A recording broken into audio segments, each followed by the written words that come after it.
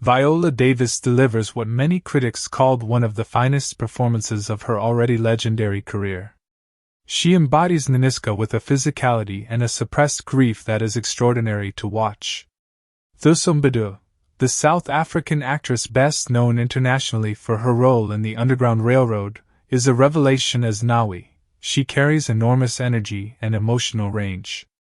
Lashana Lynch brings warmth and humor to a role that could have been purely functional, making Isogie one of the film's most beloved characters. John Boyega, in a smaller but pivotal role, brings depth and complexity to King Gizo, never allowing him to be simply a hero or a villain. The Woman King opened in theaters across the United States on September 16, 2022, with a wide theatrical release.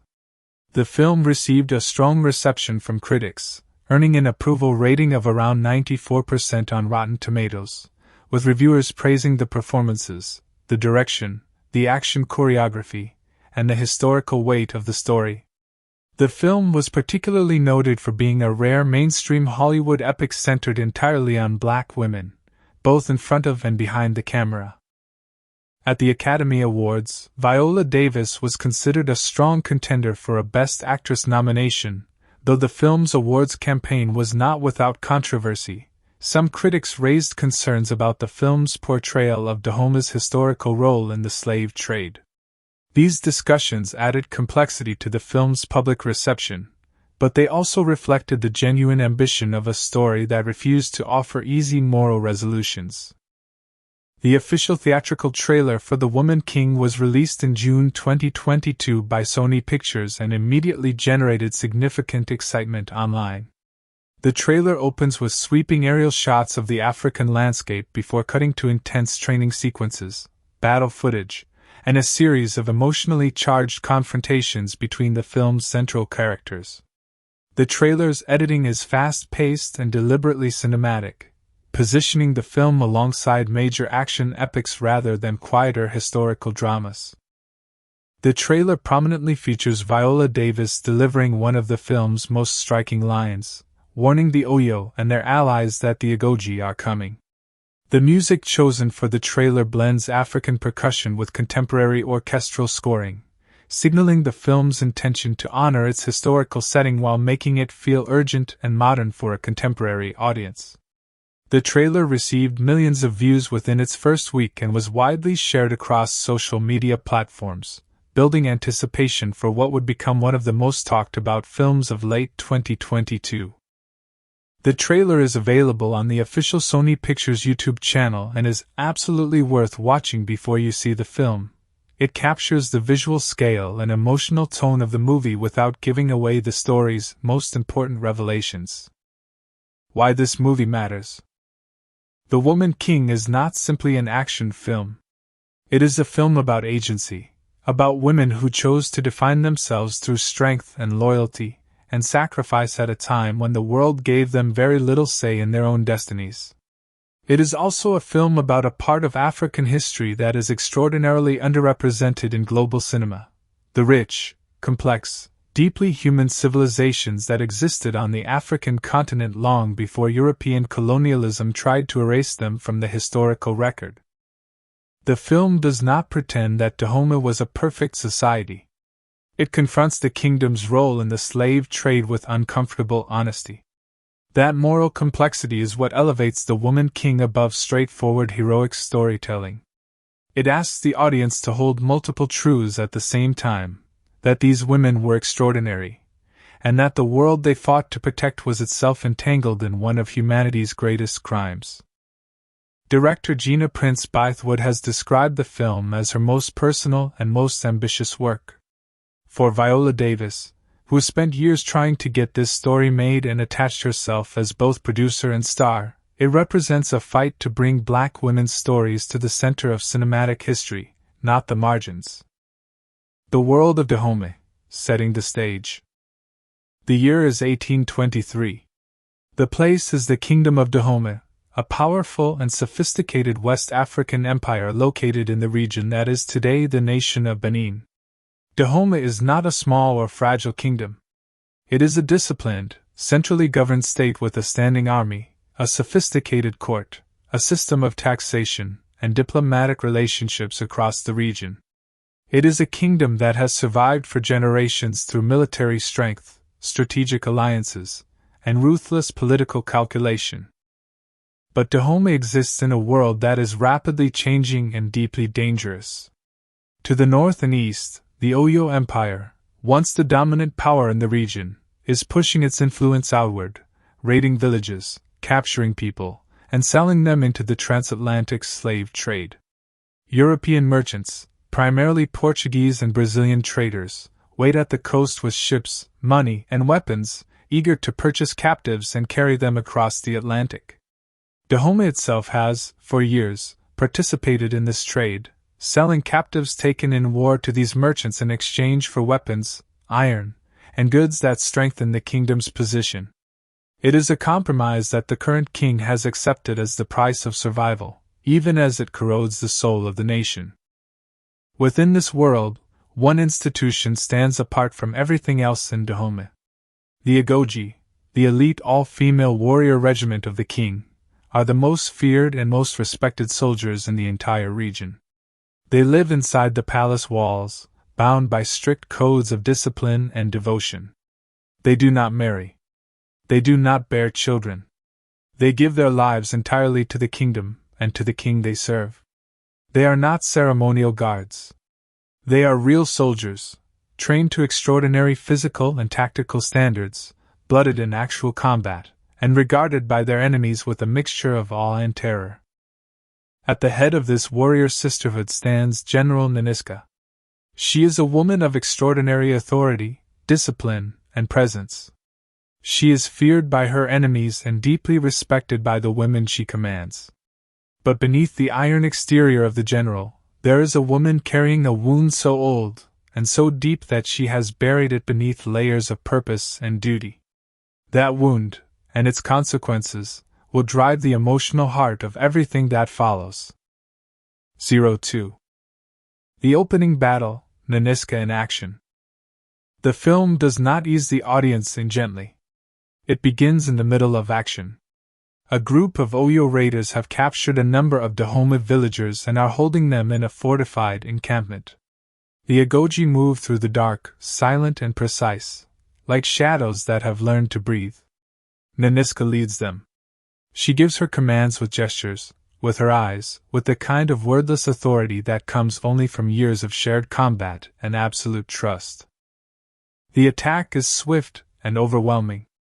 The Agojie strike the camp, overwhelm the guards, and free the captives. The choreography of the battle is extraordinary. These women are not performing violence.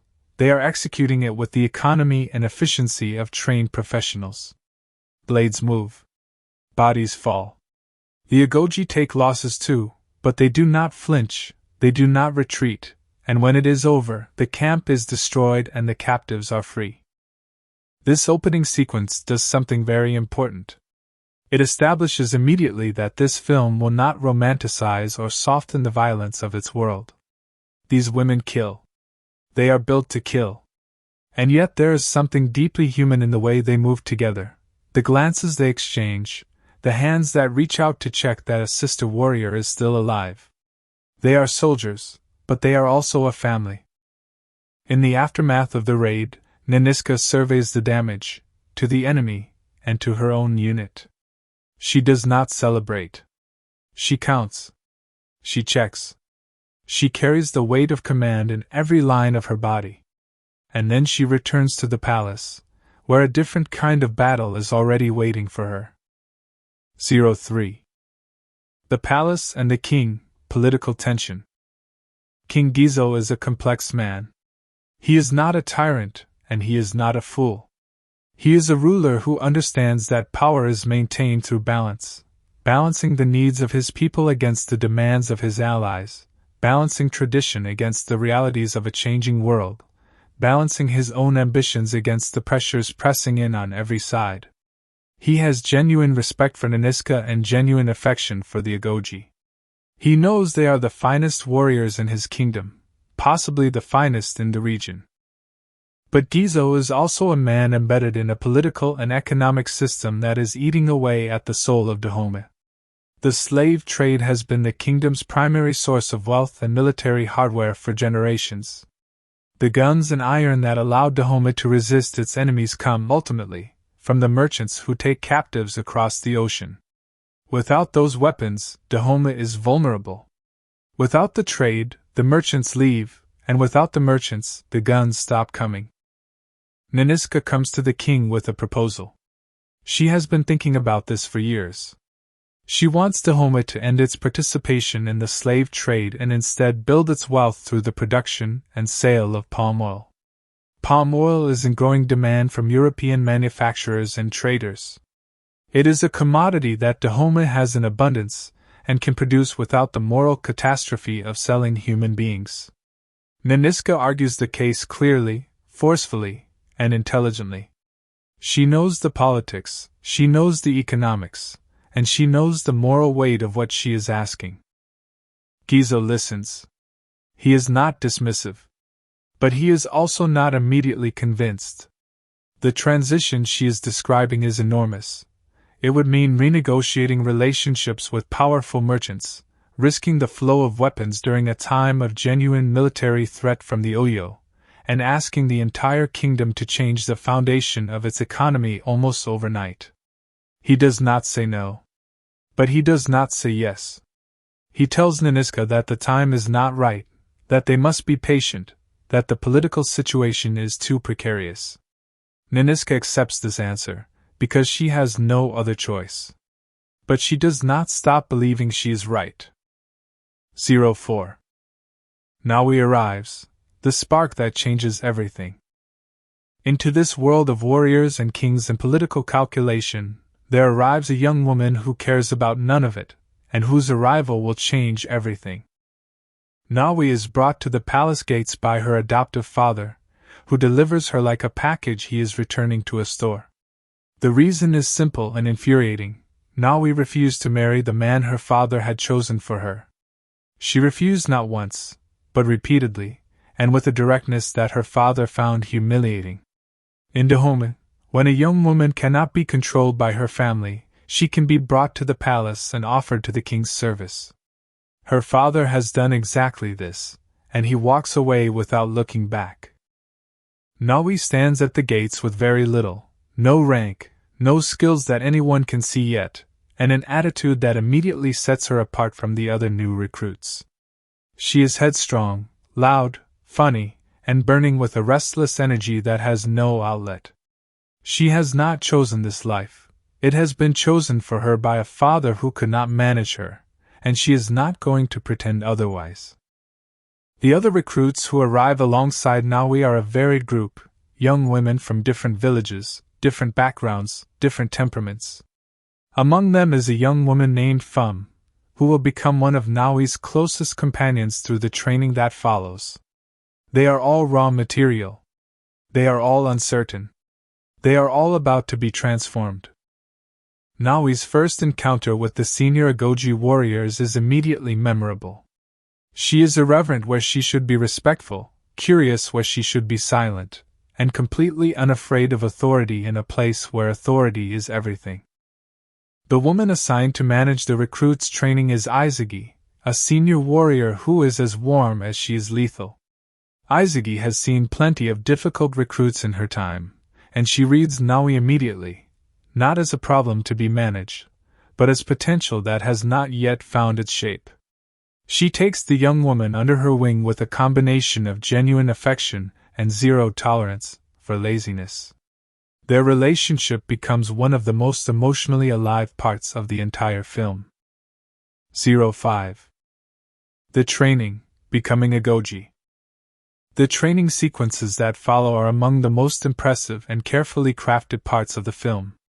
They show, without shortcuts or montage shortcuts, what it actually means to become an Agojie warrior. The recruits are pushed to physical and mental extremes that most of them have never come close to. They train before dawn and after dark. They run until their bodies beg them to stop, and then they run more. They learn to fight with blades, with their hands, with improvised weapons, with nothing.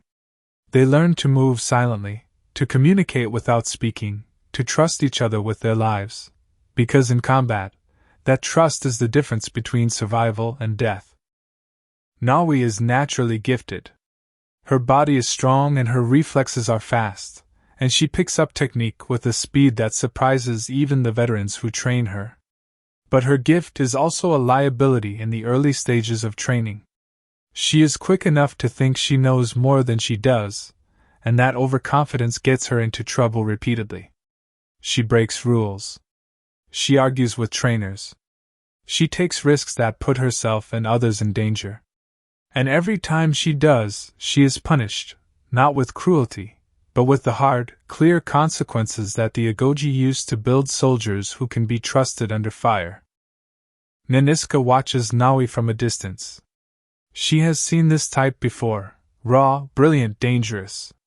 She knows that such recruits either become extraordinary warriors or they wash out entirely. She is not yet sure which way Nawi will go, and she is not sure she wants to invest in finding out. There is something about the girl that unsettles her in a way she cannot fully explain, and she keeps her at arm's length even as Isogie draws closer. The physical training is intercut with moments of genuine warmth and humor. The recruits are not machines. They are young women who tease each other, laugh at each other's mistakes, form alliances and rivalries, and slowly, through the shared crucible of training, become something more than individuals.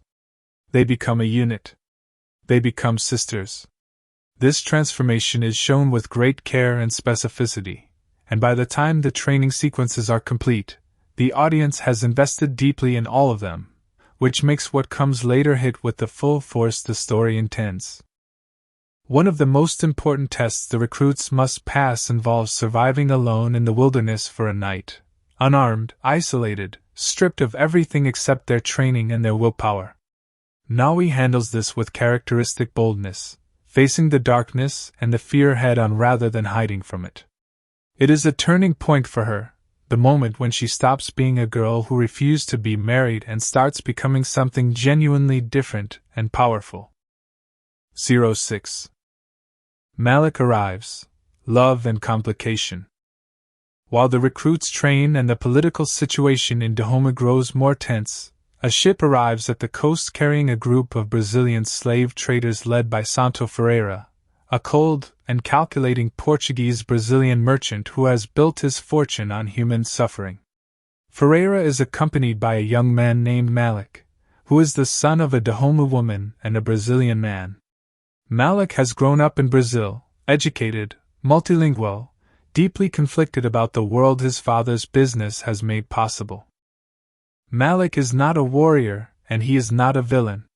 He is a man caught between two worlds, the Dahomey heritage of his mother, which he has never known directly, and the Brazilian life he has lived, which is built on the foundation of the slave trade he finds increasingly impossible to accept.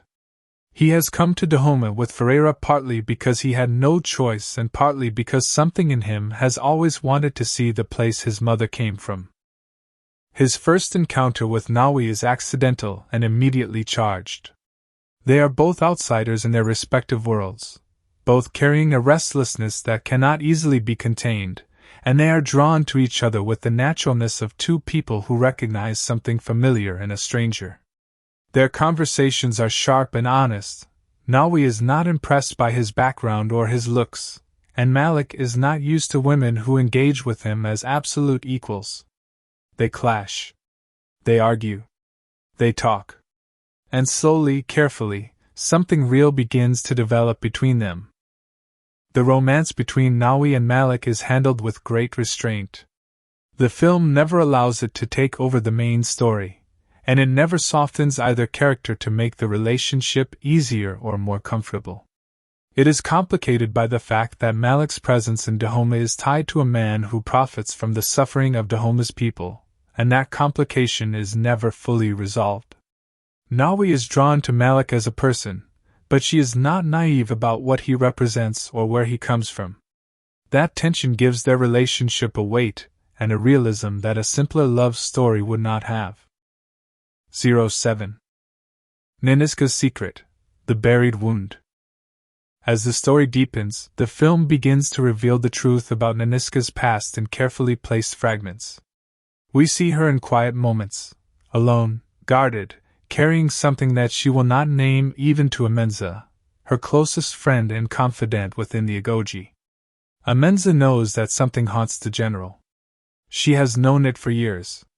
But she also knows that Nanisca will only open that door when she is ready, and she waits with the patience of someone who has loved another person for a very long time.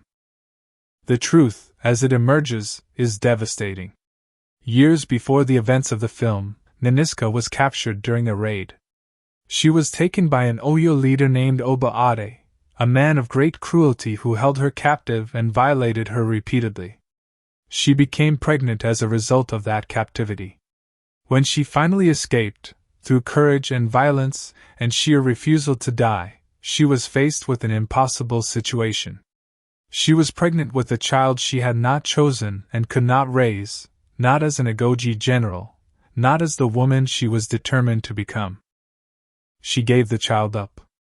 She gave her to strangers, to be raised far from Dahomey's palace, far from the world of war and blood that Nanisca herself had chosen. She never spoke of the child again. She buried that part of herself so completely that for years it almost ceased to exist inside her. Almost. Because some wounds are too deep to fully bury, and the body remembers what the mind refuses to hold. What Nanisca does not know, what neither she nor the audience fully understands until the film is ready to reveal it, is that the child she gave away was a girl. And that girl grew up. And that girl was eventually brought to the palace gates by a father who could not manage her, and offered to the king's service. The girl's name is Nawi. The connection between general and recruit, commander and warrior, is not professional. It is biological. It is the deepest connection two human beings can share. And neither of them knows it yet. 08. Escalating threat, the Oyo push harder. While the personal stories of Nanisca and Nawi unfold, the political situation in Dahomey deteriorates rapidly.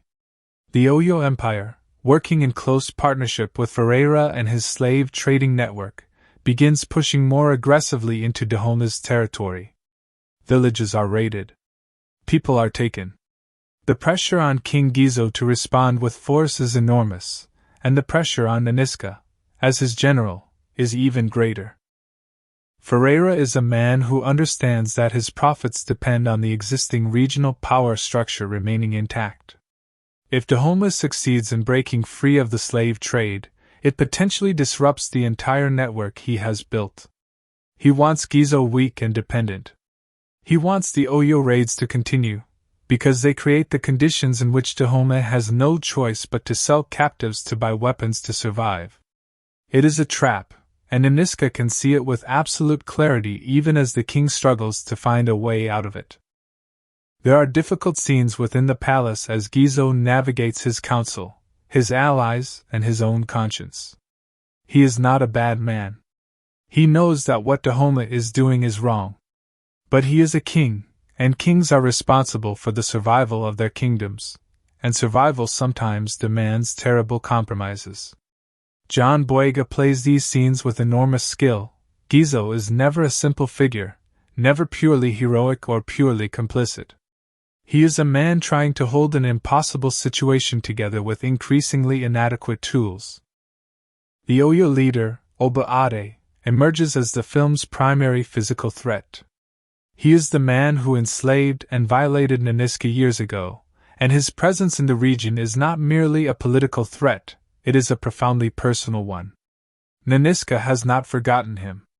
She has carried the mark of what he did to her in her body for years. And when she learns that he is the force pushing against Dahomey's borders, the collision between the personal and the political becomes inevitable. 09.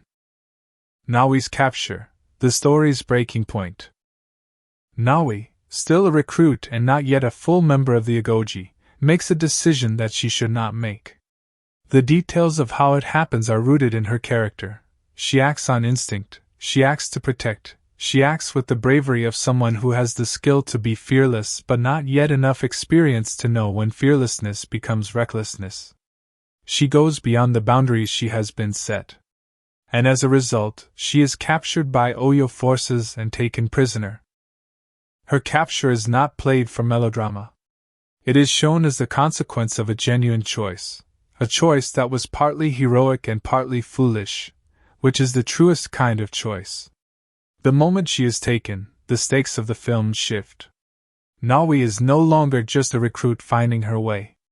She is now a captive in enemy hands, vulnerable in a world that has no mercy for the vulnerable. The news of her capture reaches the palace. Nanisca's reaction is one of the film's great moments of restrained performance. She does not collapse. She does not rage. She goes still in the way that people go still when something inside them locks completely shut and absolutely refuses to break. And in that stillness, the audience understands, perhaps before she fully allows herself to understand, that her feelings about this particular recruit go beyond the professional obligations of a general toward her soldiers. The decision is made: the Agojie will go to war. Not merely as a military operation, but as a rescue. Nanisca will go herself. She will face Agojie on the battlefield, and in doing so, she will confront not only her enemy but the worst thing that was ever done to her, and the secret she has carried alone for 20 years. 10. The war, battle, blood and truth. The battle sequences that make up the film's climax are extraordinary achievements of action filmmaking. They are large in scale but never confused. The geography of each fight is clear, the stakes are always visible, and the camera never loses track of the individual human beings moving through the chaos.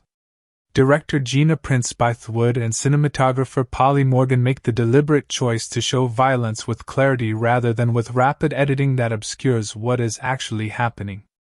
The result is action that feels real and consequential in a way that much modern action cinema does not. The Agojie move through the Oyo forces with terrifying efficiency. These are the best warriors in the region, operating at the height of their training, fighting for their kingdom and for their sister. The battle is brutal and exhausting and costly. Not all of them come back. The deaths in this sequence are not filmed as spectacle, they are filmed as loss, and the film allows the audience to feel each one. At the center of the battle, Nanisca fights her way to Agojie. Their confrontation is one of the most charged and carefully constructed scenes in the film. Nanisca does not simply want to win. She wants to face the man who broke into her life and took something irreplaceable, and she wants to make certain that he can never do it to another woman. The fight between them is not clean or glorious. It is close and ugly and deeply personal, and when it ends in a way that closes something that has been open and bleeding in Nanisca for 2 decades. Nawi is freed during the battle, partly by the Agojie's assault, and partly through her own refusal to remain a passive captive. Even in enemy hands, she has been thinking, watching, looking for the opening that will give her a chance to act. When that chance comes, she takes it with everything she has. She is not rescued, she participates actively in her own liberation, which is exactly who she is. Malik also plays a role in the events surrounding the battle. His own complicated position, between the world of the slave traders and the world he is beginning to understand as his heritage, comes to a crisis point. The choices he makes in this section of the story are not simple, but they move him towards something that feels like the beginning of a clearer sense of who he wants to be. 11. The truth revealed, mother and daughter. In the aftermath of the battle, when the dead have been counted and the wounded tended to, the truth about Nanisca and Nawi finally surfaces. The details emerge through evidence that can no longer be ignored: markings on Nawi's body, specific facts about where she came from and when, pieces of a story that, assembled together, can only mean one thing. Nanisca is Nawi's mother. The child she gave up. The daughter she has never known. The young woman who has been infuriating her and impressing her and unsettling her in ways she could not explain, is the child she carried and could not keep. This revelation is handled with remarkable restraint and intelligence. The film does not milk it for easy tears. It does not collapse into a conventional emotional reunion scene where everything is explained and forgiven and resolved in a flood of sentiment. Instead, it sits in the complexity of the moment, the shock, the guilt, the grief, the strange specific pain of recognizing someone you love in a stranger's face. Viola Davis and Isogie play this scene with extraordinary skill. Neither character has the language for what they are feeling, because there is no language adequate to this particular situation. They find their way toward each other slowly, haltingly, through glances and silences and small gestures that mean more than any speech could. Nawi's reaction is not simple either. She has lived her whole life without her birth mother, raised by adoptive parents who, in the end, found her too difficult to hold. To discover that her birth mother is the general she has been simultaneously clashing with and secretly admiring is an emotional earthquake. She has been looking at Nanisca for months with a kind of complicated longing she could not explain. Now she understands why. The film understands that reconciliation is not the same as resolution. Two people can find each other across 20 years of separation and still have enormous, possibly permanent distances to cross. It honors that truth by not forcing a falsely tidy ending. 12. Isogie's fate, the grief the film demands. One of the most painful moments in the entire film involves Isogie, Nawi's mentor, the warrior of warmth and humor and fierce loyalty who took the difficult young recruit under her wing from the very beginning. Isogie is not just a supporting character. By the time the battle comes, she has become one of the film's most beloved figures, someone the audience has come to love with the specific ease that comes from genuine performance of genuine humanity. Isogie dies in combat. She is killed protecting others, protecting Nawi, protecting the mission, doing exactly what an Agojie warrior would do. Her death is not glamorized. It is not turned into a slow-motion sacrificial moment with swelling music. It is shown as what battlefield death is, sudden, real, irreversible. One moment she is there, alive and fighting, and then she is not. Nawi's grief over Isogie's death is one of Isogie's finest moments in the film. Nawi has lost the person who first saw her potential, who chose to invest in her when no one else had, who called her a warrior before she had fully become one. That loss is not something that can be healed within the time frame of a single story. The film acknowledges this. It allows the grief to exist without trying to resolve it prematurely. Isogie's death also serves a larger narrative function. It makes the audience understand that this is not a story where the main characters are protected by the invisible armor of protagonist status. This is a story that takes its world seriously enough to let it cost something real. The Agojie are not invincible. They bleed. They fall. And the people who love them must carry on without them. 13. Nawi's ascension, the woman king passes the flame. In the final section of the film, Nawi is formally inducted as a full member of the Agojie. She has earned this in every possible way, through the training she endured, the battle she survived, the choices she made under impossible pressure. The ceremony that marks her induction is one of the film's most beautiful sequences, steeped in the ritual and tradition of the Agojie, shot with a reverence for the culture it is depicting that runs through every frame of the film. Nanisca watches her daughter become a warrior. The pride on her face is complicated by everything she knows, the cost of this life, the things Nawi will have to give up, the losses she will sustain, the weight that comes with being one of the women who stands between the kingdom and its destruction. But it is pride nonetheless, and it is real, and it is the specific pride of a woman watching someone she loves step fully into themselves for the first time. The film's title, The Woman King, carries multiple layers of meaning. On one level, it refers to Nanisca herself, the general who is, in practice, the most powerful military figure in Dahomey, the woman who holds the kingdom together when it is most threatened. On another level, it points toward Nawi, who is the future, the next generation of this tradition, the one who will carry the flame forward. And on yet another level, it speaks to the entire institution of the Agojie, the collective body of women who redefined what power and leadership and sacrifice could look like in a world that rarely allowed women to define those things at all. 14. The ending, what the film leaves you with. The film does not end with everything resolved. It ends with everything changed. Dahomey has survived the immediate threat from the Oyo. The battle has been won. Nanisca has faced her tormentor and put that chapter of her life to rest. She has found her daughter.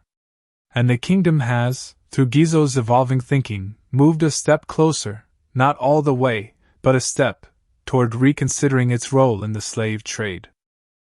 But the film is honest about what a single step means in the context of a vast and terrible system. The slave trade does not end because one king rethinks his position. The suffering of millions of people is not erased by a battle won or a general's personal victory. The film carries that knowledge in every frame of its closing sequences. The triumph is real, but so is the ongoing weight of history. Nawi's future is left open. She is a warrior now. She is a daughter who knows who her mother is, and whose mother knows who she is. She has a name and a place and a purpose that she chose, even if the path that brought her to that choice was paved by forces beyond her control. She has become exactly who she was always capable of being. And the film leaves her standing in the sunlight of Dahomey, looking forward, with everything still ahead of her. Nanisca's final moments in the film are quieter. She has earned something that has nothing to do with military rank or political achievement. She has earned a kind of peace, not the peace of someone who has stopped carrying pain, but the peace of someone who has stopped running from it. She knows where her daughter is now. She can see her. That has to be enough, and the film knows it is enough. And it does not apologize for the smallness of that gift in the context of everything it costs to get there. The Woman King ends as it began, in a world that is still dangerous, still complicated, still full of forces that want to reduce human beings to property and profit. But it ends with women who refused. Women who trained and fought and bled and grieved and rose again and stood their ground. Women who wrote a different story for themselves inside a history that tried to write them out entirely. That is what the film is about. That is what it will always be about.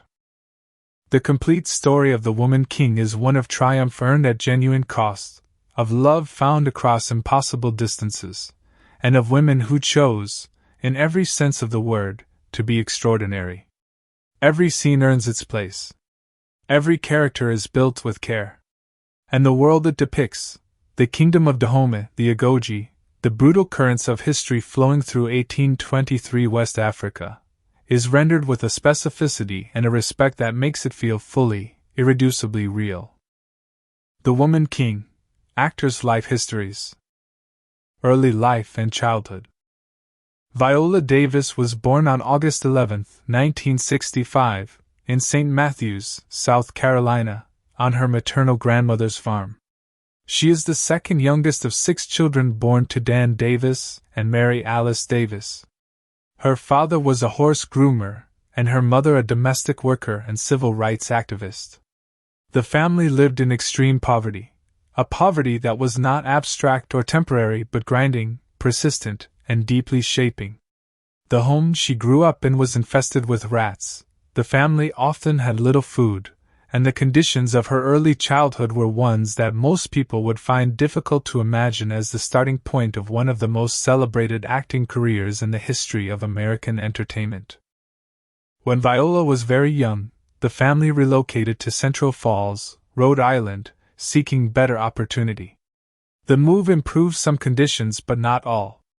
The family continued to struggle financially, and Viola grew up in a neighborhood where violence, poverty, and instability were everyday realities. She has spoken extensively in interviews about going to bed hungry, about wearing second-hand clothes, about the specific humiliation of poverty in a society that treats it as a personal failing rather than a structural condition. These experiences did not break her. They became the raw material from which she would eventually build performances of devastating emotional truth. She discovered acting early, finding in it both an escape and a form of expression that nothing else in her life provided. She performed in school productions and community theater, and those who watched her even at a young age recognized something exceptional in her presence on stage. She was not performing, she was inhabiting.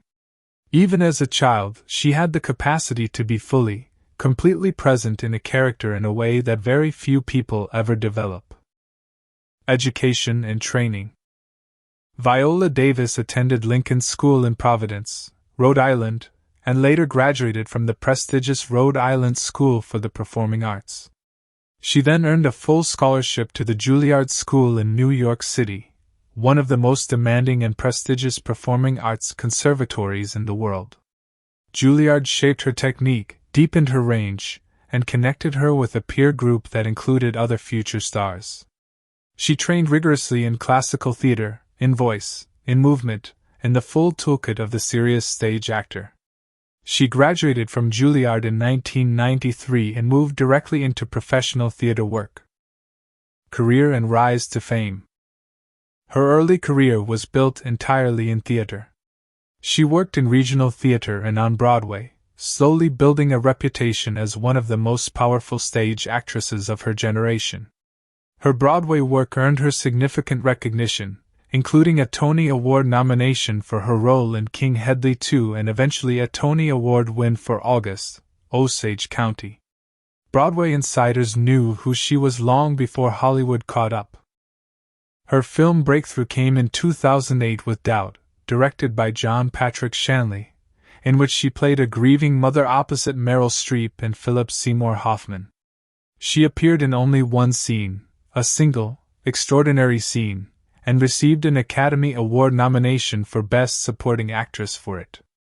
The nomination announced to the wider world what the theater community already knew: this was a performer of rare and transformative power.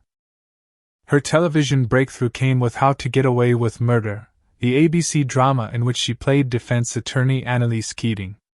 The show ran for 6 seasons from 2014 to 2020, and Davis's performance earned her the Emmy Award for Outstanding Lead Actress in a Drama Series in 2015, making her the first Black woman ever to win that award. Her acceptance speech, in which she quoted Harriet Tubman and spoke about opportunity and representation, became one of the most memorable moments in Emmy history. In 2016, she returned to the stage work of August Wilson with the film adaptation of Fences, directed by and starring Denzel Washington. Her performance as Rose Maxson earned her the Academy Award for Best Supporting Actress, as well as a Screen Actors Guild Award, a Golden Globe, and virtually every other major industry prize available. She became the first Black actress to win the Emmy, Oscar, and Tony, the Triple Crown of acting, completing an achievement that no one else in history had accomplished. For The Woman King, Davis spent years working to get the film made, attached not only as the lead actress but as a producer, fighting to bring the story of the Agojie to the screen at a time when Hollywood was not naturally inclined to invest in large-scale historical epics centered on Black women. Her performance as Nanisca required months of intense physical preparation and represents one of the finest achievements of her career. She is, without question, one of the greatest actors of her generation or any generation. Personal life. Viola Davis married actor Julius Tenen in 2003. They have one adopted daughter, Genesis, and Tenen has 2 children from previous relationships. Davis has been deeply open in public life about the difficulties of her childhood, about therapy, about self-worth, and about the specific psychological weight of growing up poor and Black in America. She has used her platform with remarkable consistency to advocate for greater representation of Black women in Hollywood, both in front of and behind the camera.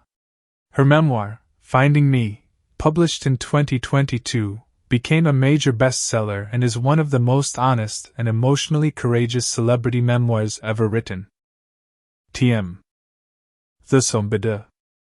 Nawi, lead role. Born July 8, 1995. Birthplace Pelham, KwaZulu-Natal, South Africa. Nationality South African. Language Zulu, English, Afrikaans. Early life and childhood. Thusombito was born on July 8, 1995, in Pelham, a suburb of Pietermaritzburg in the KwaZulu-Natal province of South Africa. Her early life was marked by profound loss. She lost her mother and her grandmother, the two primary caregivers in her life, before she was old enough to carry clear memories of them. She was raised by her maternal great-grandmother, who provided stability and love but also lived in very modest circumstances. The weight of that early grief, the experience of being raised outside of a conventional family structure, and the poverty of her upbringing all shaped Thuso in ways that would later become visible in the extraordinary emotional depth of her acting. She attended the National School of the Arts in Johannesburg, where she discovered her passion for performance. Her talent was recognized early by teachers and peers, and she threw herself into acting with an intensity that reflected both her natural gifts and the urgency with which she needed artistic expression. Growing up in post-apartheid South Africa, she was part of a generation that was both inheritor of enormous historical trauma and beneficiary of new freedoms and possibilities, and that complexity lives in her work. Career beginnings and South African work. Thuso began her career in South African television, appearing in popular local productions including the long-running soap opera Scandal and the youth drama series Intersections. She built a solid reputation in South African entertainment circles as a performer of genuine depth, but it was a specific project that changed the trajectory of her career entirely. In 2017, she appeared in the South African series Istunzi, a deeply intense drama about the lives of young women dealing with poverty, abuse, and survival in contemporary South Africa. Her performance in that series earned her an International Emmy Award nomination for Best Performance by an Actress, an extraordinary achievement for a young South African actress, and the moment that first brought her to the attention of international audiences and casting directors. International breakthrough.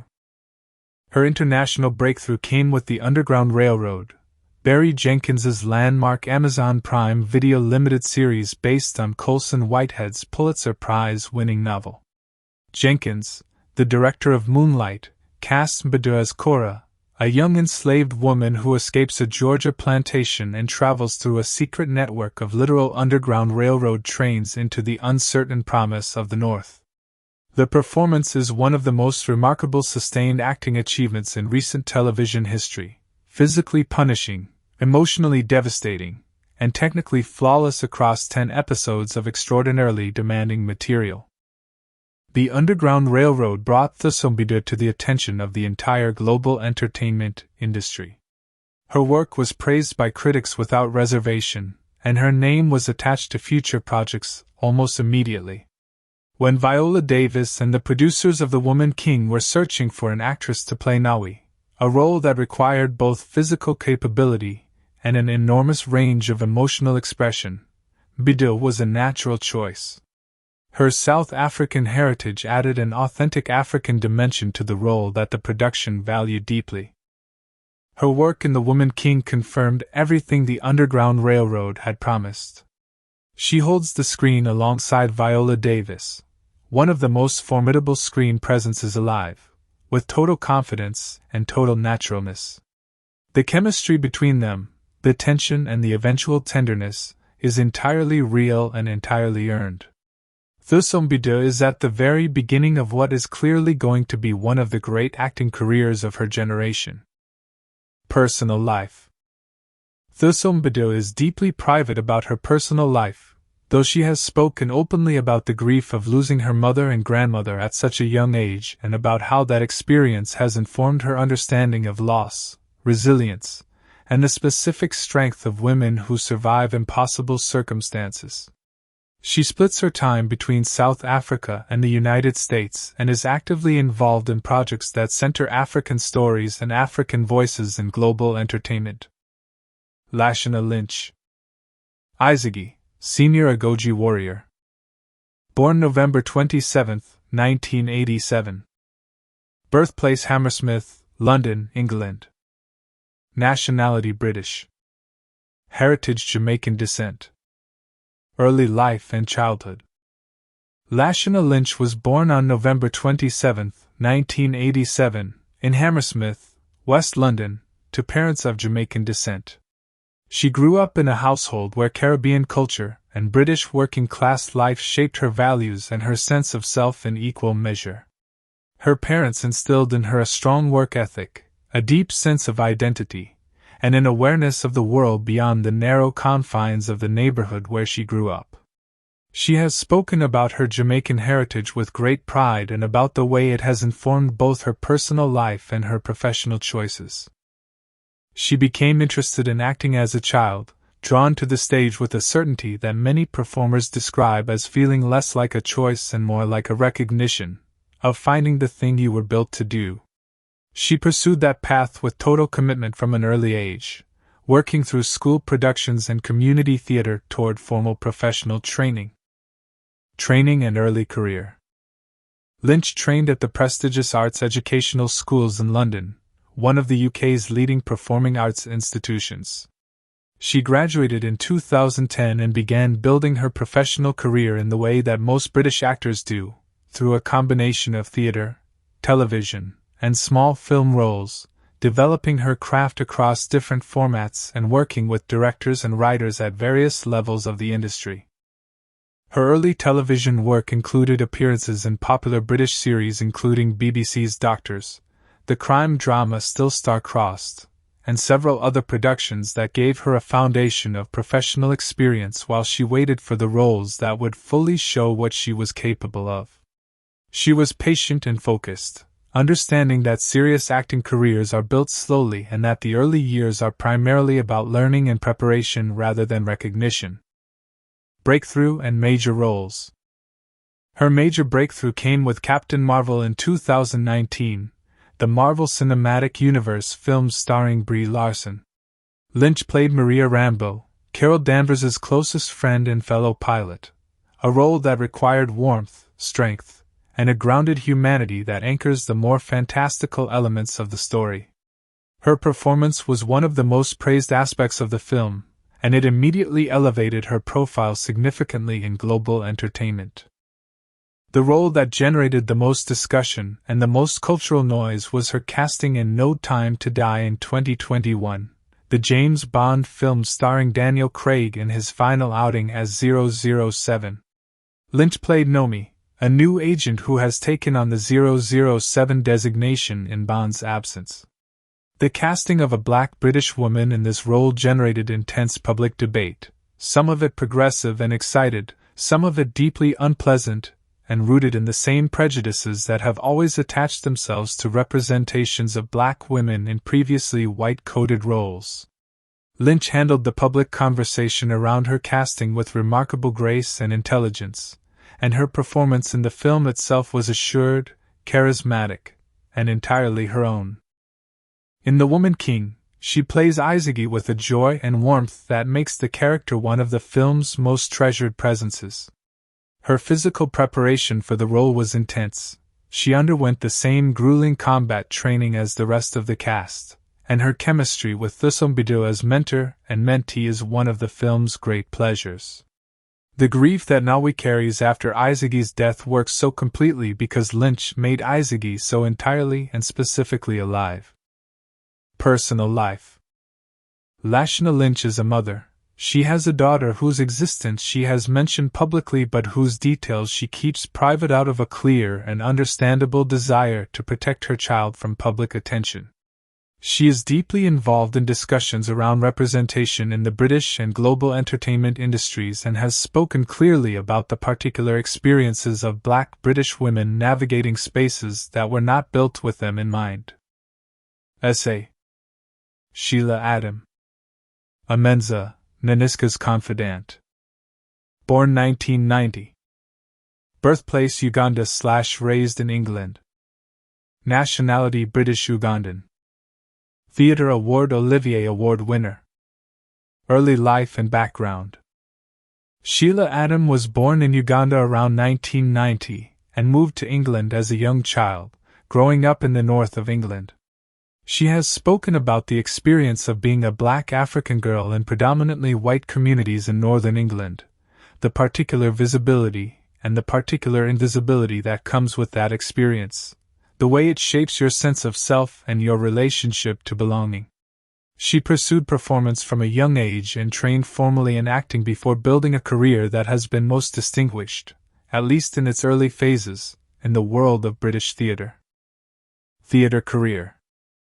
Sheila Adam is one of the most celebrated theatre actresses working in Britain today. Her stage work is the foundation on which her entire career has been built, and it is in the theatre that she has done some of her most extraordinary work.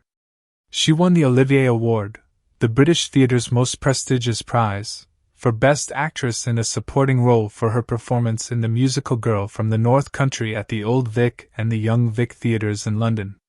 Girl from the North Country is a remarkable piece of theatre that uses the songs of Bob Dylan to tell a story of Depression-era America, and Adams' performance in it was described by critics as transformative. She has worked extensively with the Royal Shakespeare Company, with the National Theatre, and with smaller innovative theatre companies across the United Kingdom, building a body of stage work that encompasses Shakespeare, new writing, musicals, and classical drama. In the British theatre world, she is regarded as one of the essential performers of her generation, someone whose presence in a production immediately elevates it. Screen career. Her screen career developed in parallel with her stage work, and she has brought the same precision and depth to television and film roles that she demonstrates on stage.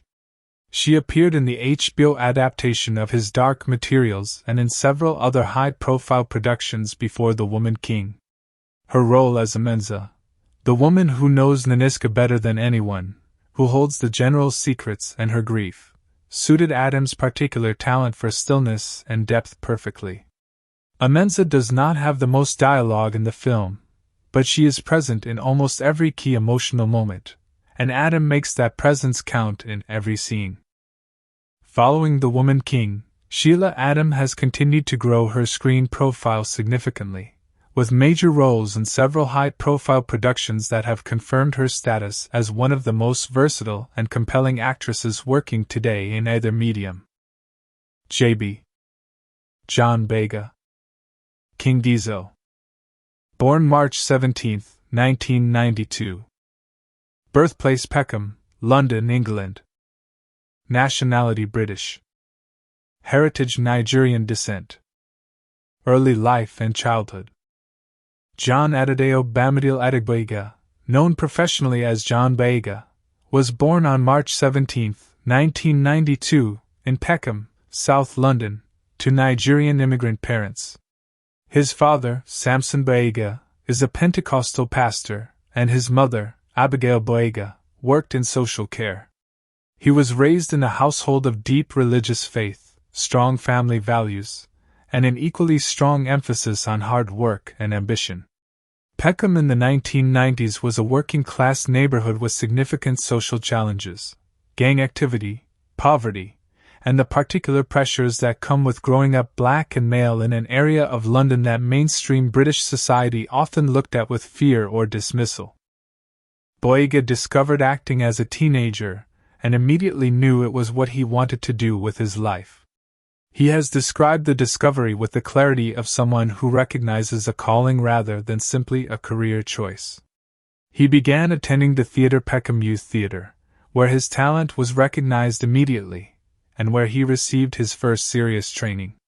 The environment of Theatre Peckham, a community arts organization that gives young people from disadvantaged backgrounds access to professional performance training, was foundational to everything that followed. Training and early career.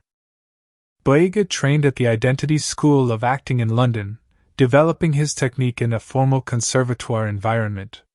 He began getting professional work relatively quickly, appearing in theatre productions and in small television roles, and it was clear to everyone who worked with him that he had an exceptional combination of natural magnetism, technical skill, and the kind of personal charisma that cannot be taught.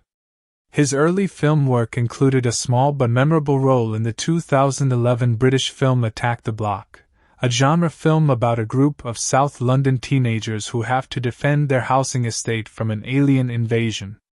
The film developed a strong cult following, and Boyega's central performance in it was one of the primary reasons why. Star Wars and global fame.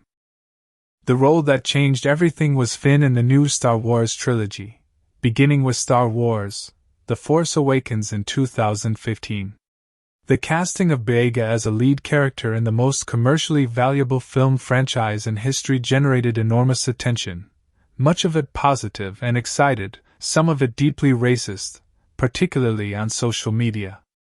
Boyega handled the racist backlash with a combination of humor and directness that was widely admired, and his performance in The Force Awakens, energetic, funny, emotionally genuine, made Finn one of the most beloved new characters in the franchise. He continued in the role through Star Wars: The Last Jedi in 2017 and Star Wars: The Rise of Skywalker in 2019. During this period he became one of the most recognizable actors in the world, but he also began speaking publicly about his frustration with how the sequel trilogy handled Finn's story, arguing that the character was progressively sidelined and diminished across the three films in ways he found professionally and personally disappointing. His willingness to speak that truth publicly was seen by many in the industry as a courageous act for someone whose career was so tied to a Disney franchise. In 2020, at a Black Lives Matter protest in London following the murder of George Floyd, Boyega delivered an emotionally raw and powerful speech that became one of the most circulated pieces of video of that entire summer. He spoke about fear for himself, for his family, for Black people everywhere, and he spoke with a vulnerability and an urgency that was deeply moving. He acknowledged afterward that the speech could cost him professionally, and it may have, but that he had no choice but to say what he felt. His role as King Gizo in The Woman King is one of the most quietly impressive performances of his career. He plays a king who is neither hero nor villain, with a complexity and a restraint that is exactly right for the material.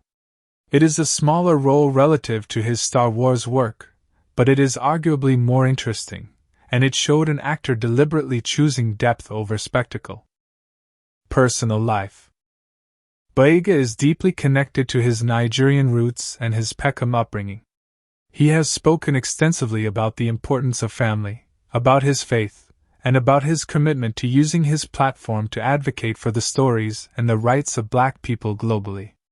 He has a production company through which he actively develops projects that center Black stories. He is regarded in the British entertainment industry as both a major star and a serious artist with a clear sense of purpose. H.F. Hero finds Tiffin. Santo Ferreira, the slave trader antagonist. Born November 6, 1997. Birthplace London, England. Nationality British. Family nephew of Ralph Fiennes. Early life and family background. Hero finds Tiffin was born on November 6, 1997, in London, into one of the most storied acting families in British entertainment history. He is the nephew of Ralph Fiennes, the acclaimed actor perhaps best known for playing Voldemort in the Harry Potter franchise, Amon Goeth in Schindler's List, and a long list of other major roles, and Joseph Fiennes, another well-regarded British actor. His mother is Martha Fiennes, a filmmaker. Growing up surrounded by creative professionals of this caliber gave Hero an early and unusually intimate understanding of the acting world, its demands, its rewards, and its craft. He made his film debut at a very young age, appearing in the sixth Harry Potter film, Harry Potter and the Half-Blood Prince, playing the young Tom Riddle, the child version of the character his uncle Ralph plays as the adult Voldemort. It was a small role but a memorable one, and it introduced him to the world of professional filmmaking while he was still in his early teens. Career development and after series. The role that made Hero finds Tiffin an international figure with a passionate global following was Hardin Scott in the After franchise, a series of romantic drama films adapted from Anna Todd's novels, which began with After in 2019. The After films are romantic dramas aimed at a young adult audience, and they generated an enormous and dedicated fan base worldwide. Fiennes Tiffin's portrayal of the troubled, complicated, intensely passionate Hardin Scott made him a global heartthrob and gave him a platform and a visibility that extended far beyond traditional film audiences. The After franchise ran across multiple films and made him one of the most recognizable young actors in the world among his demographic, while also raising questions that all young actors who achieve that kind of franchise fame must eventually address. How do you use the platform you have built to demonstrate the full range of what you can do?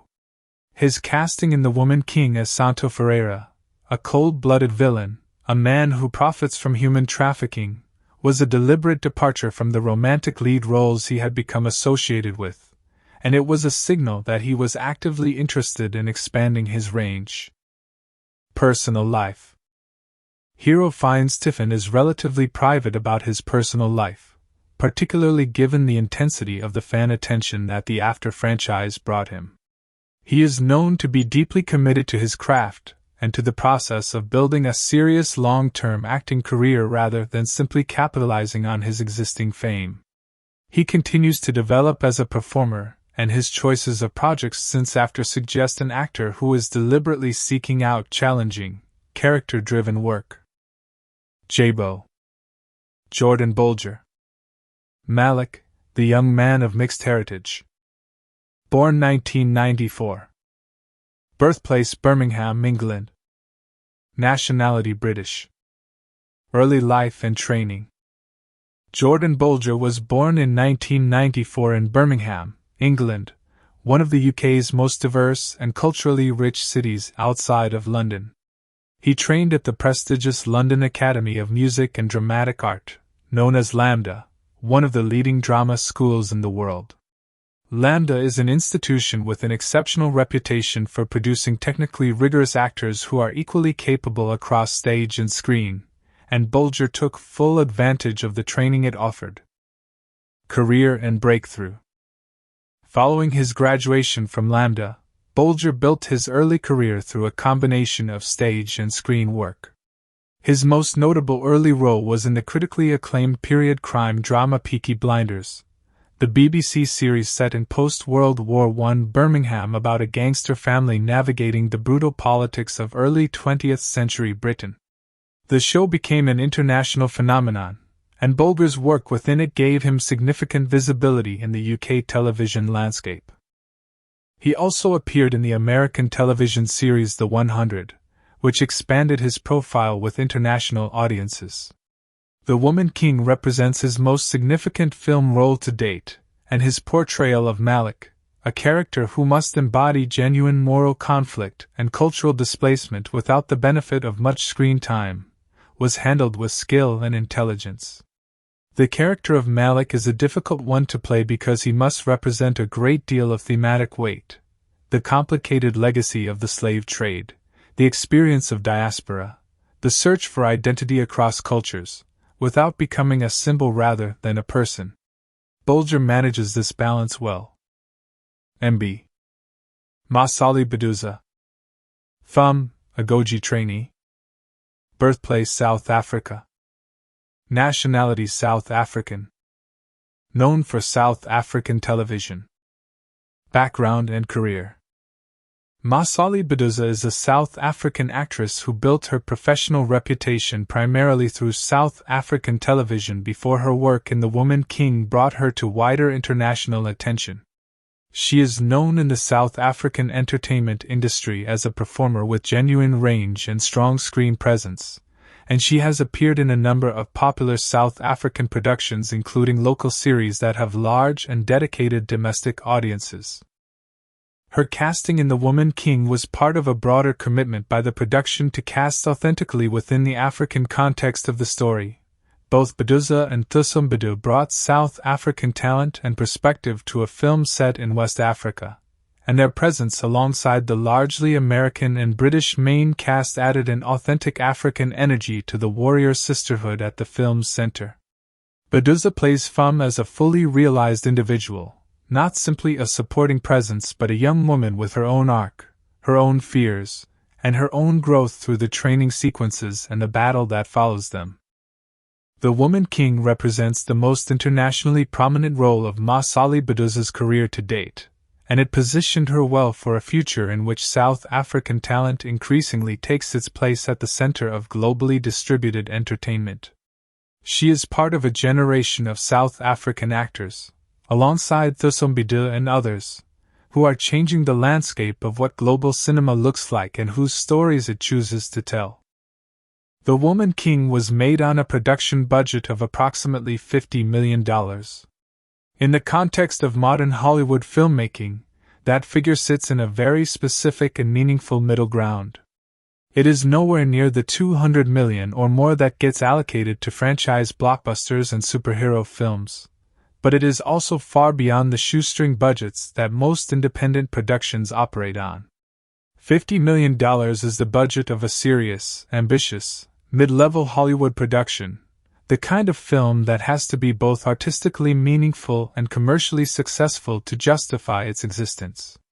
What made this particular budget so significant was not the number itself, but what it was being spent on. The Woman King was a historical epic set in West Africa, led almost entirely by black women, directed by a black woman, with no franchise behind it, no sequel potential built into the marketing, and no pre-existing intellectual property to lean on for name recognition. Getting $50 million committed to a film with that profile in the Hollywood of the early 2020s was genuinely difficult, and the fact that it happened at all is a testament to the years of persistent effort by Viola Davis, producer Kathy Schulman, and the entire production team who believed in the story and refused to let it be made on less than it deserved. The $50 million figure represents only the production budget, the cost of actually making the film. Sony Pictures spent an additional $30 to $40 million on marketing and global distribution, which means the total investment in The Woman King from production through to theatrical release was somewhere in the range of $80 to $90 million. When the film earned over $94 million worldwide at the box office, with approximately $67 million of that coming from North American theaters and about $27 million from international markets, it covered the production costs and made a meaningful contribution toward the marketing spend. Combined with the streaming licensing deal, home video revenue, and other ancillary income streams, the film was a commercially viable proposition for Sony, which matters enormously when making the case for the next film of this type to get greenlit. The single largest category of production spending, beyond the basic operational costs of running a film set for months, was the construction and dressing of the physical world. The production designer and their team faced the challenge that few historical productions encounter.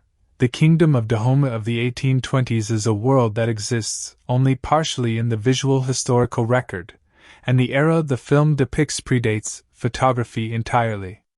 This meant that building the world of Dahomey required a combination of exhaustive historical research and confident creative interpretation. Large sections of the palace complex, the Agojie training grounds, the village environments, and the fortified encampments of the battle sequences were all physically constructed on location in South Africa. The costume department created over 2,000 individual pieces of clothing for the production, from the elaborate ceremonial dress of the royal court to the functional battle uniforms of the warrior women at the film's center. Each garment was researched and constructed with the advice of historians, textile specialists, and cultural consultants to ensure that the visual world of Dahomey felt specific, authentic, and deeply realized rather than generically African in the way that lesser productions have managed. One of the most unusual and financially significant allocations within the budget was the 4-month physical training program that preceded any filming at all. The director, Gina Prince Bythewood, made the decision early that there would be no shortcut approach to the physicality of the Agojie warriors. The cast would not learn a handful of choreographed moves and rely on quick editing and stunt doubles to create the illusion of capability. They would build real capability, or something close to it, so that when the camera stayed on them for extended sequences, the audience would be watching women who actually knew how to move, how to fight, and how to carry weapons with the economy and confidence of people who had been using them for years. The training program brought in professional trainers, combat choreographers, martial arts specialists, stunt coordinators, and movement coaches. The cast trained every day for hours, in weightlifting, running, blade work, spear handling, and the specific movement vocabulary that the production's historical advisors helped to develop. Viola Davis, who was in her mid-50s during the production, underwent what she has described as the most physically demanding experience of her professional life. The weapons alone were a revelation: raw metal, crafted to historical specifications, and significantly heavier than any of the cast expected. The first week of weapons training was defined almost entirely by the collective experience of everyone's arms giving out at approximately the same moment, followed by a period of mutual sympathy that apparently brought the group closer together faster than any formal team-building exercise ever could have. The original score was composed by the jazz musician and longtime film composer Terence Blanchard, whose work drew on African rhythmic traditions and classical orchestral scoring to create a soundscape that felt both rooted in the historical world of Dahomey and emotionally immediate for a modern audience. The cinematography was handled by Polly Morgan, one of the very few women working as a director of photography at this level in Hollywood, and her visual language gave the film its distinctive quality, sweeping and grand in the battle sequences, intimate and specific in the quiet personal scenes between characters. The post-production visual effects work enhanced the scale of the battle sequences and the architecture of the kingdom without ever overwhelming the human story at the film's center, and the post-production budget was managed carefully to ensure that the effects served the story rather than dominating it. The making of the Woman King was physically punishing, emotionally demanding, and historically serious, but the cast and crew have shared more than enough stories to make clear that what happened when the cameras stopped rolling was frequently very funny indeed. A set where the entire cast has trained together for months, sweated together every day, complained about their muscles every evening, and built the kind of deep trust that the film required naturally produces an atmosphere of warmth, humor, and the particular kind of comedy that only comes from people who genuinely like each other.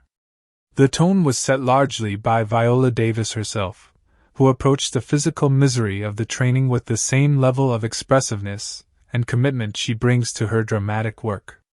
She has described the training in multiple interviews with a combination of genuine pride and absolutely theatrical horror, talking about arriving to early morning sessions when her body was protesting loudly, about the specific suffering of learning sword technique at 55. And about the moments when she would look around at her considerably younger co-stars and wonder with great feeling what exactly she had signed herself up for.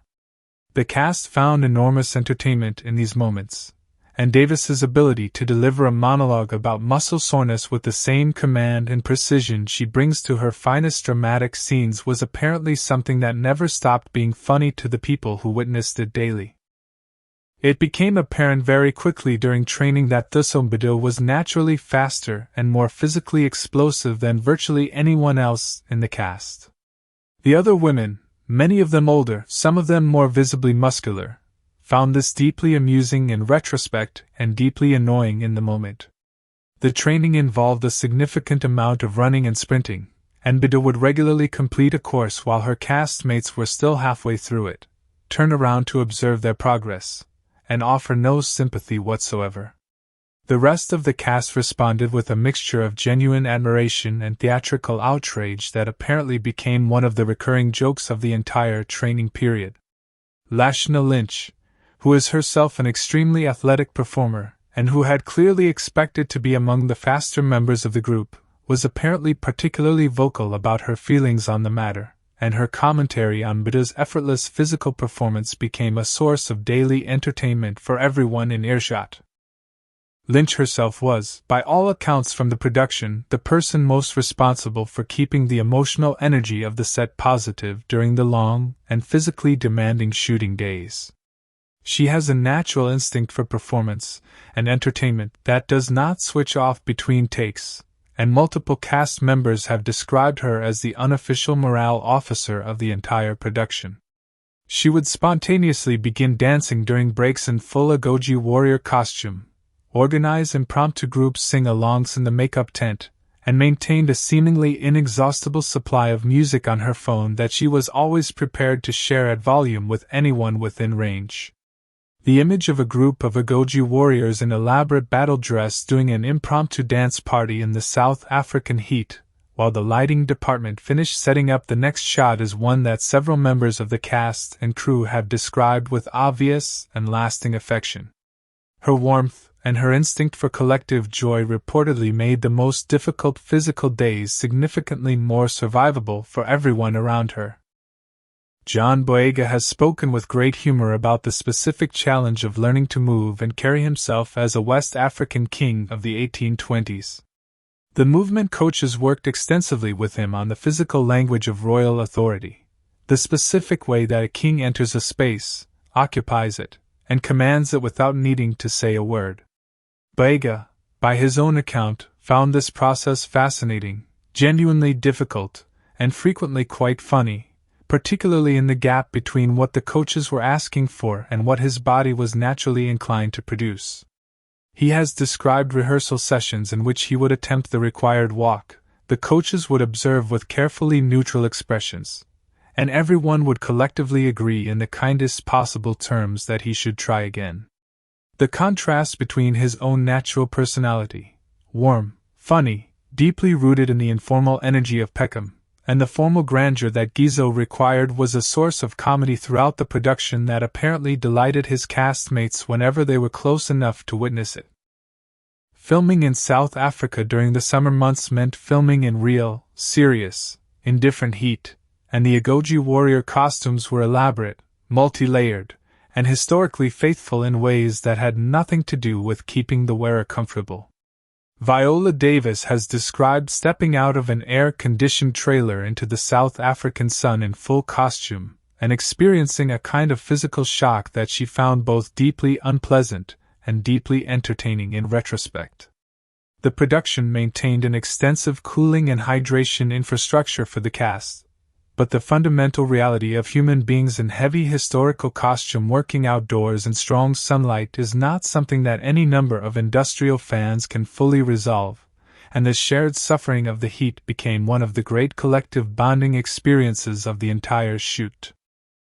The cast maintained a group chat throughout and after the production that by all accounts was extremely active, extremely funny, and operated with a total disregard for the conventional professional hierarchy of a film set. Cast members have described it as a space where the formal distance between a multiple Academy Award-winning legend and a young actress from South Africa simply did not exist, where everyone was equally ridiculous, equally irreverent, and equally comfortable saying whatever they were actually thinking. Thusombito has spoken about the particular strangeness of receiving a WhatsApp notification from Viola Davis at 2 a.m. on a completely absurd subject, and has acknowledged that she never fully adjusted to how normal that had become by the end of the production. Hero finds Tiffin carries an enormous global celebrity within the specific world of the After franchise, a fan base that is vast, passionate, and almost entirely composed of young women who follow his career with extraordinary dedication. On a film set populated primarily by professional adults who had not necessarily spent much time with that corner of entertainment, he found himself significantly less recognized than he was accustomed to being in his everyday life. Several accounts suggest that members of the crew had to be quietly informed who he was and why he was famous, a situation that finds Tiffin himself has handled with complete good humor, and has acknowledged openly as both funny and genuinely useful, a reminder that fame is contextual and that the version of yourself that exists in one world is completely invisible in another. Perhaps the most consistent and most reliably funny ritual of the entire production was what the cast came to know as the post-training complaint session, a daily gathering, in various configurations and locations, in which cast members deliver detailed, passionate, and highly competitive accounts of exactly which parts of their bodies hurt, how severely they hurt, and why the trainers responsible were obviously completely without human feeling. These sessions were conducted with tremendous energy and creativity, and the same competitive spirit that drove the training itself was fully present in the complaints, with cast members attempting to outdescribe each other in the specificity and vividness of their suffering. Viola Davis was apparently in a class of her own in this particular competition, being capable of delivering a sustained monologue about physical pain with the same command, precision, and emotional truth that she brings to her greatest dramatic performances, which her castmates found endlessly and consistently entertaining regardless of how many times they witnessed it. The Woman King is set in the Kingdom of Dahomey, a real and historically significant West African state that existed in the region that is today the modern nation of Benin. Dahomey was not a minor or peripheral power in the history of West Africa. It was a highly centralized, politically sophisticated, and militarily formidable kingdom that dominated its region for more than 2 centuries, from roughly the early 1600s through to the late 1800s when French colonial forces finally defeated it and absorbed it into the French colonial empire. Understanding the history and culture of Dahomey is essential to understanding what The Woman King is really about, because the film is not simply a fictional action story that happens to be set in Africa. It is a story built on the foundation of real events, real institutions, and real historical forces that shaped millions of lives across West Africa and across the Atlantic world during one of the most consequential and devastating periods in human history. The Kingdom of Dahomey was founded by the Fon people in the region of Agojie, which is located in what is today the south-central part of Benin. The Fon were one of several major ethnic groups in the region, and Dahomey's rise to dominance came through a combination of military conquest, political cunning, and the strategic use of trade relationships with both neighboring African states and arriving European powers. At its height, Dahomey controlled a significant stretch of the West African coast and its interior, and its capital city of Agojie was a sophisticated urban center with a royal palace complex, a formal court, a system of laws and governance, and a rich artistic and ceremonial culture that produced some of the most remarkable visual art in all of African history. The bas reliefs of the royal palaces of Agojie, which depicted the history and achievements of the Dahomey kings, are today recognized as among the great artistic treasures of the African continent, and are preserved as a UNESCO World Heritage Site. The political structure of Dahomey was highly organized and deliberately centralized around the figure of the king. Power flowed from the king outward through a carefully managed hierarchy of officials, generals, and regional administrators. Women played a far more significant role in the formal structures of Dahomey's governance than in most contemporary societies anywhere in the world. Senior women of the court held real administrative and judicial power. Female officials called Agojie, sometimes translated as queen mothers, held positions of enormous influence over royal succession and court politics. The kingdom was, in its own particular way, a place where women could rise to genuine authority, though always within a framework that ultimately served and reinforced the power of the king. This cultural reality is part of what made the existence of the Agojie not simply a military curiosity, but a coherent expression of deeper values and power structures within Dahomey's society. The Agojie, known in Western historical accounts as the Dahomey Amazons, a name that the film deliberately does not use because it centers the European perspective rather than the African one, were the real institution at the heart of the Woman King. They were an all-female military regiment that served as the personal bodyguard and elite fighting force of the kings of Dahomey, and they are one of the most extraordinary military institutions in all of recorded history. The regiment existed in some form from at least the early 1700s and continued until the kingdom's defeat by France in the 1890s, a lifespan of nearly 2 centuries of active military service. At their peak during the mid-1800s, the Agojie may have numbered as many as 6,000 women, representing a significant portion of the kingdom's total military strength and, by some accounts, its most disciplined and effective fighting force. The origins of the Agojie are somewhat debated among historians, but the most widely accepted account traces them to the Gbedo, a group of women who served as elephant hunters in the early Dahomey kingdom, and who demonstrated a level of physical courage and practical hunting skill that brought them to the attention of the king. Over time, this group evolved into a formal military regiment, trained in combat, armed with the kingdom's best weapons, and organized along strict military lines with their own ranks, their own command structure, and their own code of conduct. They lived inside the palace walls, were considered wives of the king in a formal ceremonial sense, and were bound by rules that set them apart from the rest of Dahomey's society. They did not marry civilian men. They did not bear children during their service. They gave their lives entirely to the kingdom and to the king, and in exchange they received status, respect, and a level of personal authority and social recognition that was essentially unavailable to women in the civilian world. The training that the Agojie underwent was genuinely extraordinary by any standard. Historical accounts from European traders, missionaries, and colonial officers who observed them describe women of exceptional physical conditioning, tactical discipline, and fighting capability. They trained constantly in hand-to-hand combat, in the use of swords and knives and muskets, in the construction and assault of fortifications, and in the specific demands of the kind of guerrilla and open field combat that characterized warfare in the region.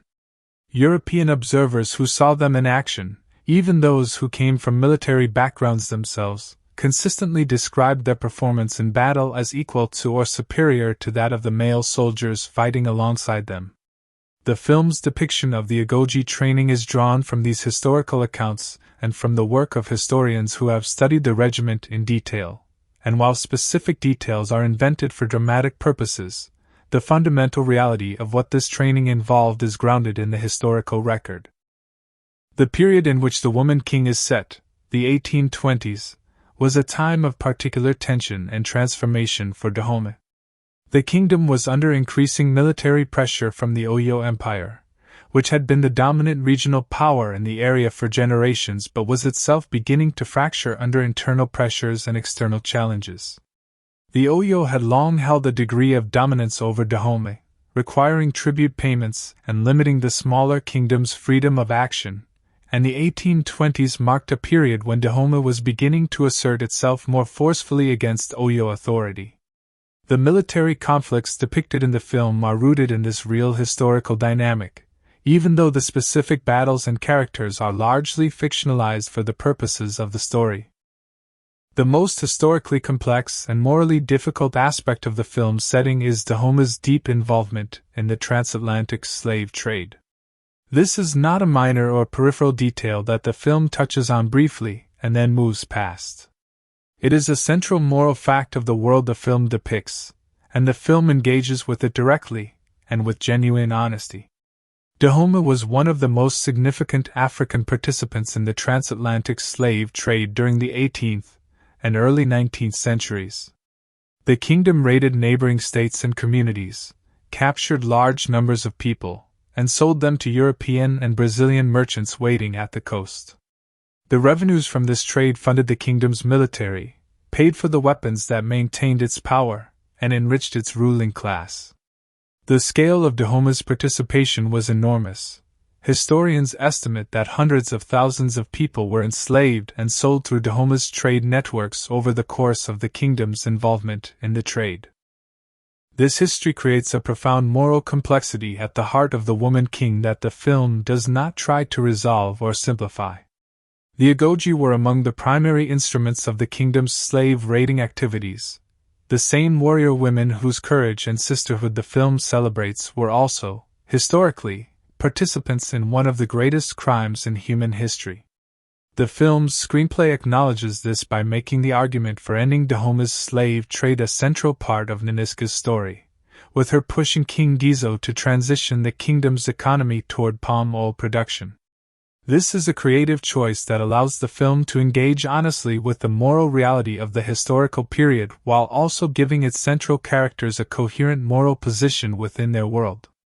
Some historians and critics have argued that the film perhaps softens Dahome's historical role in the trade more than is fully justified, and that debate is itself a valuable part of the cultural conversation that the film generated.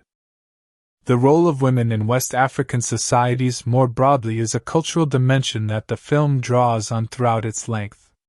The image of the African woman as purely domestic, subordinate, and politically invisible is a product largely of colonial-era stereotyping and has very little basis in the actual historical record of pre-colonial African societies.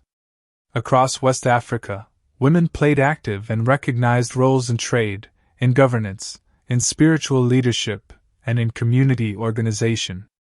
The Igbo of what is today southeastern Nigeria had organized female political institutions with real governing power. The Asante of present-day Ghana recognized the position of the Asantehima, the Queen Mother, as one of the most important offices in the entire kingdom. The Yoruba had female chiefs and market leaders whose authority was formal and recognized. Dahomey, with its Agojie and its female court officials, was not a bizarre exception to a universal rule of female subordination. It was one expression of a much wider African cultural reality in which women's roles were more varied, more recognized, and more powerful than the colonial historical record has generally acknowledged. The transatlantic slave trade itself is an inescapable cultural and historical context for the woman king in ways that go beyond Dahome's specific participation in it. The trade reshaped West Africa fundamentally, disrupting existing social and political structures, fueling warfare between communities that might otherwise have had peaceful relationships, and creating the conditions in which kingdoms like Dahomey made choices that they might not otherwise have made. The demand for enslaved people from European buyers did not simply find an existing trade and tap into it. It created conditions of extreme violence and insecurity that forced African states to become either predators or prey, and many chose, as Dahomey chose, to become predators as the only viable means of survival in a world that had been made profoundly dangerous by external forces entirely beyond their control. Understanding this does not excuse Dahomey's participation in the trade, but it places that participation in a context that is more historically honest than the simple narrative of African complicity in African suffering that is sometimes deployed to deflect from the primary responsibility of European demand. The Kingdom of Dahomey also had a rich and distinctive artistic and spiritual culture that the film gestures toward in its production design and ceremonial sequences. The Fon people had a complex cosmological system centered on the Vodun religion, the same religious tradition that, carried across the Atlantic by enslaved people, gave rise to the Haitian Vodou and Louisiana Voodoo practices that persist today. Dahomey's Vodun tradition involved a vast pantheon of spiritual entities called Vodun themselves, each associated with specific natural forces, human concerns, and aspects of life and death. The priests and priestesses of the Vodun religion held significant social and political power in Dahomey, and the king's authority was understood as being intertwined with and legitimized by the spiritual world in ways that European Christian observers found difficult to understand and often misrepresented. The artistic production of Dahomey, including the remarkable appliqué tapestries that told the kingdom's history, the brass sculptures that depicted the king and court, and the intricate carved and decorated objects that populated the palace, was deeply intertwined with this spiritual world and produced objects of extraordinary beauty and cultural significance.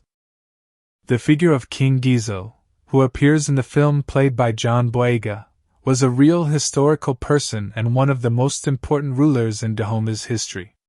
The real Gizo ruled from 1818 until his death in 1858. Making his reign one of the longest and most consequential in the kingdom's history. He came to power by overthrowing his own brother in a palace coup, and his reign was marked by significant military expansion, a deepening of Dahomey's involvement in the slave trade during the first part of his rule, and later, under pressure from British anti-slavery naval patrols and shifting economic conditions, a partial transition away from the trade. He strengthened and expanded the Agojie during his reign, increasing their numbers and their military role significantly, and the regiment reached something close to its peak power during his rule. The film captures aspects of his complexity, his political intelligence, his genuine respect for the Agojie, his entanglement in the slave trade, and his eventual movement toward reconsidering the kingdom's direction, in a portrait that is fictional in its specifics but historically informed in its broad strokes. The film's decision to set the story in 1823 rather than at a later period of Dahomey's history is culturally and historically significant. By the 1820s, the Atlantic world was in the middle of a profound transformation in attitudes towards slavery. The British had abolished the slave trade in 1807 and were actively deploying naval forces to suppress it along the West African coast. The moral arguments against slavery that had been building for decades were gaining mainstream traction across Europe and increasingly in the Americas. Within Dahomey, these external pressures were beginning to interact with internal questions about the kingdom's future direction and the sustainability of a political economy built on human trafficking. The 1820s is the moment when these forces are beginning to converge but have not yet produced decisive change, when the argument that Nanisca makes to Gizo about palm oil and moral responsibility is just becoming possible to make, even if it is not yet possible to win. It is a historically precise choice that gives the film's central moral argument its exact weight. The cultural legacy of the Agojie extends far beyond Dahomey itself, and far beyond the 19th century. The fact that an all-female military regiment of this size, capability, and historical longevity existed in pre-colonial Africa has been largely absent from mainstream Western historical education, and the relative obscurity of the Agojie in global historical consciousness is itself a product of the same colonial processes that suppressed and distorted African history more broadly. The film The Woman King is, among other things, an act of historical recovery, a deliberate effort to bring a story that belongs in the mainstream of human history back into the light where it has always deserved to be. The cultural impact of that recovery, particularly for Black audiences in America, in the Caribbean, and across the African diaspora who recognized in the Agojie an image of African womanhood that the dominant historical narrative had systematically denied them, was one of the most powerful and moving dimensions of the film's reception when it was released in 2022. The connection between the Agojie and the descendants of the people they helped to enslave is one of the most painful cultural ironies embedded in the film's historical world. A significant portion of the African American population is descended from people who were enslaved and sold through the trade networks that Dahomey participated in. The existence of the Agojie as simultaneously African heroines and participants in the slave trade means that the film's story sits in a profoundly complicated relationship with the heritage of millions of Black Americans. The film does not shy away from this complication. It holds it in the center of the story with the honesty of a production that understood from the beginning that the real history of this world is too important and too complex to reduce to a simple heroic narrative, and that the most respectful thing it could do for all of the people whose ancestors touched this history, whether as warriors, as kings, as traders, or as captives, was to tell the truth as fully and as clearly as the medium of cinema allows. So that is everything: the history, the culture, the warriors, the story, and the women who made it all real both on screen and in the pages of actual history. If you made it all the way to this point in the video, I genuinely appreciate you more than you know. This was not a short one, but a story this big and this important deserved every single minute we gave it. Now before you go anywhere, I need you to do one thing. Just one. Hit that like button right now. It takes less than 2 seconds, it costs you absolutely nothing, and it makes a bigger difference to this channel than most people realize. Every single like tells the algorithm that this kind of content is worth pushing to more people, and the more people who find these deep dives, the more videos like this one we can make together. So if you learned something today, if something in this video surprised you, moved you, or made you want to go and watch this film immediately, that like button is your way of saying thank you, and I promise I feel every single one of them. If you are not subscribed yet, what are you waiting for? Hit that subscribe button right now and turn on the bell notifications so you never miss a video.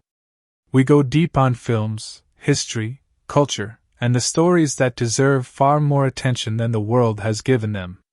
Every week there is something new here, and you do not want to be the person who finds out about it 3 months late. Subscribe, turn on the bell, and join the family that is already here. And share this video. Seriously. Think about one person in your life right now, one friend, one family member, one person in a group chat, who would genuinely love what you just watched. Send it to them. Drop it in the comments of something they posted. Put it on your story. The stories we share are the stories that survive, and a story as powerful as the one we covered today deserves to reach as many people as possible. Be the person who puts it in front of someone who has never heard of the Agojie, who has never thought about the Kingdom of Dahomey, and who is about to have their understanding of African history completely transformed. I also want to hear from you in the comments. What was the moment in The Woman King that hit you the hardest? Was it Isogie? Was it the revelation between Nanisca and Nawi? Was it the battle? Was it something quieter than all of that? Drop it below because I read every single comment on this channel, and those conversations are genuinely one of my favorite parts of doing this. Do not just watch and leave, stay, talk, argue, share your perspective. That is what this space is for. If you want more content like this one, I have got you completely covered. Go check out the other deep dives on this channel. There is a full playlist waiting for you, and every single video in it was made with the same level of care and detail that you got today. Click the video on your screen right now or find the playlist in the description below, and keep the journey going. Thank you for being here. Thank you for caring about stories that matter. I will see you in the next one. The Woman King is set in 1823 in the Kingdom of Dahomey, a powerful West African empire located in present-day Benin. General Nanisca leads the Agojie, an elite all-female warrior unit that protects the kingdom and its king. The story follows two main threads running alongside each other, one political and one deeply personal. On the political side, the neighboring Oyo Empire, backed by a ruthless Brazilian slave trader named Santo Ferreira, is pushing aggressively into Dahomey's territory. Nanisca wants King Gizo to move the kingdom away from the slave trade and build its wealth through palm oil instead, but Gizo is reluctant because the kingdom depends on the trade for weapons and survival. On the personal side, a rebellious young woman named Nawi arrives at the palace after refusing to marry a man chosen by her family. She is accepted into the Agojie training program, where she proves to be extraordinarily gifted as a warrior but constantly clashes with authority. She also develops a complicated romantic connection with Malik, a young man of mixed Dahomey and Brazilian heritage who arrives with the slave traders. As the story deepens, it is slowly revealed that Nanisca and Nawi are connected by blood. Nanisca gave up a baby daughter years ago after being captured and violated by the Oyo leader Agojie, and that daughter is Nawi. Neither woman knows this for most of the film. When Nawi is captured by enemy forces, the Agojie go to war. Nanisca faces Agojie in combat, confronting her past trauma directly. Nawi is freed, the truth about their relationship surfaces, and mother and daughter find each other across 20 years of separation. The film ends with Nawi becoming a full Agojie warrior and Dahomey surviving its greatest threat, though the weight of history and the moral complexity of the slave trade remain honestly unresolved.